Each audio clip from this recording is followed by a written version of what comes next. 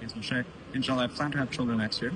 So, what I want to ask is, how would you ensure that my children are going to be on the right path, on the straight path at a young age?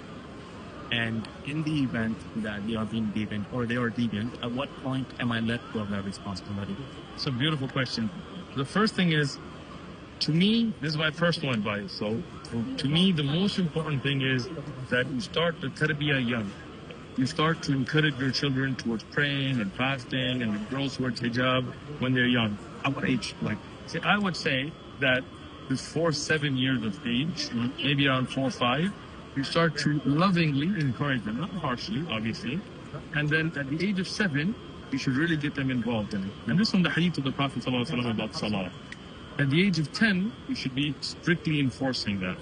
And then obviously after bulugh, it's fard on them, but you start early. Some of the people, they do is their daughter's wearing little dresses all the way till she's 13, 14, and then right when she hits bulugh, they're like, burqa, and that's not going to work. You have to bring that tarbiyah. Secondly, build a relationship with your kids. Speak to your kids. My son is here. Since he was young, I would speak to him. Why is it haram to drink alcohol? Why is this haram? Why is this fard? Why Allah put? Tell them the benefits, tell them the fadail, the virtues, so they have their own encouragement. Remind them that even if I don't see you, Allah sees you. Even if you don't have to answer to me someday when you're a grown man, you have to answer to Allah. Third, make dua for them. When I drink Zamzam, when I go anywhere, the first dua I make is for my mother and the second is for my children. So these are the ways that I would say. The last thing I will say is put them in a good environment. Make them be in an Islamic environment, Islamic schools, homeschool, masjid, good youths, good friends. Because the Prophet ﷺ said, Al-maru ala dini khalil. A person is upon the religion of his friends. And if the children deviate, if they go away from the deen or get into some kind of bid'ah, and you did your best, Allah subhanahu wa ta'ala will not hold you accountable. But my opinion is you never give up. You're never free from them. Meaning, if they're deviant, you still make dua for Allah to bring them back. They're your children, they're a part of you.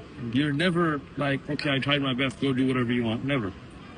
Even if they are doing the most worst things, reach out to them, call them, message them, make dua for them, invite them to the masjid, invite them to the house, invite them back to the deen. You never know.